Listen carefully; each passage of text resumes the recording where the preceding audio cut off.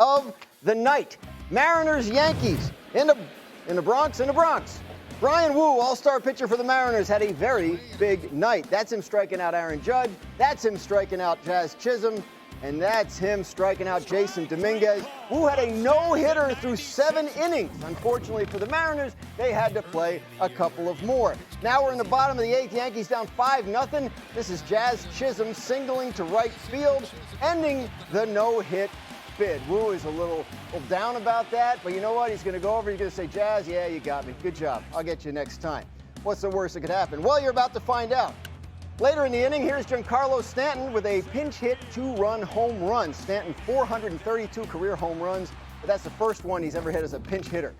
Yankees down 5-3 now, and Mariners all-star closer Andres Munoz is on for the save. Bases loaded for Austin Wells, no save. It is a 2-run single to right. Munoz blows the save, but the Yankees down to their final strike is now tied at 5. We head to extras. Bottom 10, bases loaded, 1 out for Judge. He's going to hit this one to center field. Julio Rodriguez is under it. He's going to make the catch. Anthony Volpe is tagging from third base. There's going to be a play at the plate. Volpe with a brilliant slide. He avoids the tag. He is safe. The Yankees come all the way back, and they win the game 6-5. How improbable was that? Well, Yankees trailed 5-0 entering the 8th inning and had not recorded a hit. Prior to last night, they had lost 241 straight games when trailing by 5 or more runs after 7 innings. Last time they had a comeback like this was in May of 2009. Much more baseball to come. Morning, here's Michael Kay. The 1-1. High fly ball. Center field, tagging Volpe. The catch is made. Here comes Volpe. Here's the throw. Here's the play. He's safe. Yankees win. A sac fly by Judge. Yankees win 6-5. From no hit to no way. They come all the way back to win it and sweep Seattle. Game-winning sacrifice fly. If only we could get a hold of somebody who loves sacrifice fly. Oh, Tim Kurkjian is fascinated by sacrifice flies. That's in fact the title of a book he wrote. And what do you know? Tim Kurkjian joins us now on Get Up. Tim, how about that finish in the Bronx last night?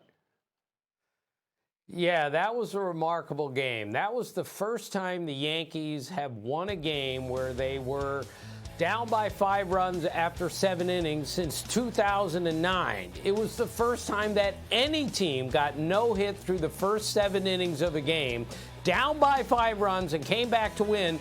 The 77 Pirates were the last team to do that. They did that against the Expos.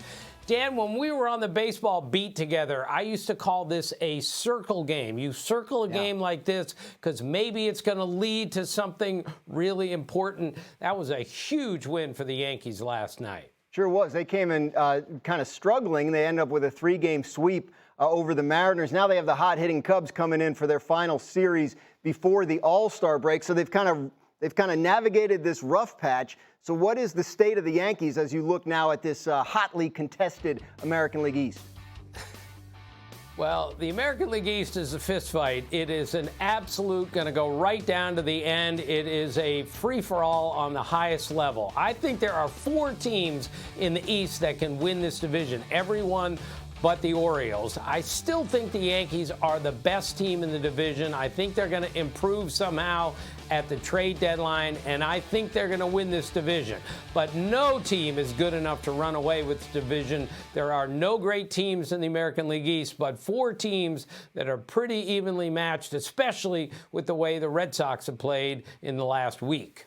That Mariners-Yankees series featured, I believe, the top 2 home run hitters in the league, in baseball so far this year, and Aaron Judge and Cal Raleigh. So if you look at that as like the American League MVP race at this point, who do you favor?